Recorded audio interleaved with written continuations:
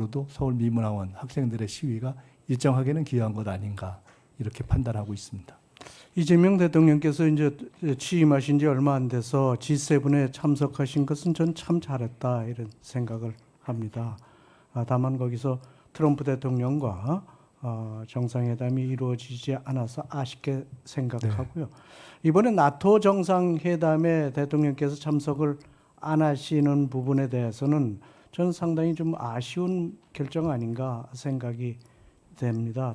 또 요즘 언론에 나오는 거 보면 트럼프 대통령이 IP호와 특별 회의를 한다 뭐 이런 게 일본 언론에 나왔던데 만약 그렇게 되면 우리 대통령 빼고 나머지 3개국 대통령 3개국 정상과 이렇게 회의가 이루어지는 모습은 상당히 좀 안 좋은 모습 아닌가 생각이 되는데요. 이 나토 정상회의에 대통령께서 참석을 안 하신 부분 저는 뭐 재고의 여지는 없는지 한번 말씀을 좀 듣고 싶습니다. 존경하는 이 위원장님 말씀처럼 G7과 나토는 여러 가지 외교안보 전문가들의 찬반 양론에도 불구하고 대통령께서 참석하는 것이 좋겠다라는 판단을 하셔서 G7에는 가셨고 나토도 긍정적으로 검토를 하시다가 안 간 것으로 알고 있는데요.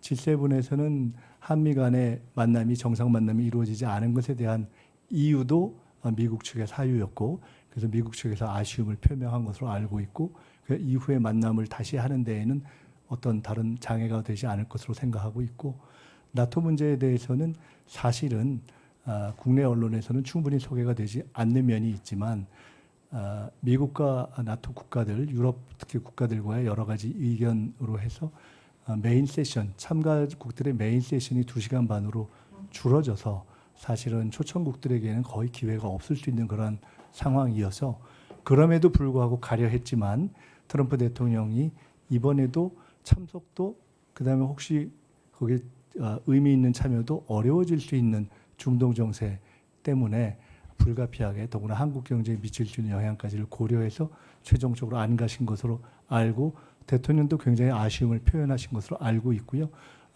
결론적으로 일본도 여러 가지 이유를 들면서 한국의 판단까지를 존중한다라는 이례적인 표현과 함께 참석을 안 했기 때문에 일부에서 우려하듯이 이것이 한국 외교나 이재명 정부의 외교 방향이 미국, 반미 또는 친중 그런 어떤 외교에 있을 우려가 되는 것이 아니냐라고 우려하시는 것은 과도할 수 있는 것이어서 그것은 이재명 대통령께서 G7에서 보여주신 그러한 폭넓은 외교 입장을 이해해 주시면 될 것 같다. 그래서 지금 위원장님이 말씀해 주신 걸 충분히 감안해서 제가 혹시 정식으로 일하게 되면 대통령께도 꼭 말씀을 드리겠습니다. 일부에서 우려하는 뭐 중러 눈치 보기 때문에 그런 것은 아니다 이런 말씀이시네요. 네, 일본의 이시바 총리가 그래서 결정을 그렇게 하지는 않았을 것이라는 저희의 상식적 판단에 기초해 본다면 그것은 뭐 근거 없는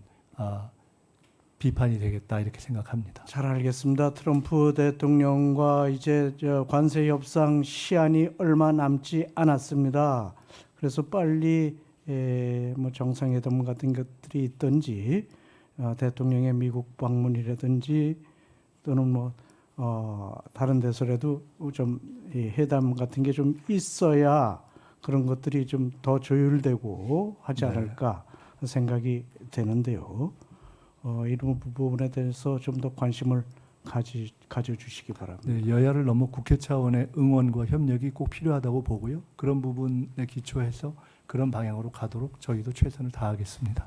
네, 이상입니다.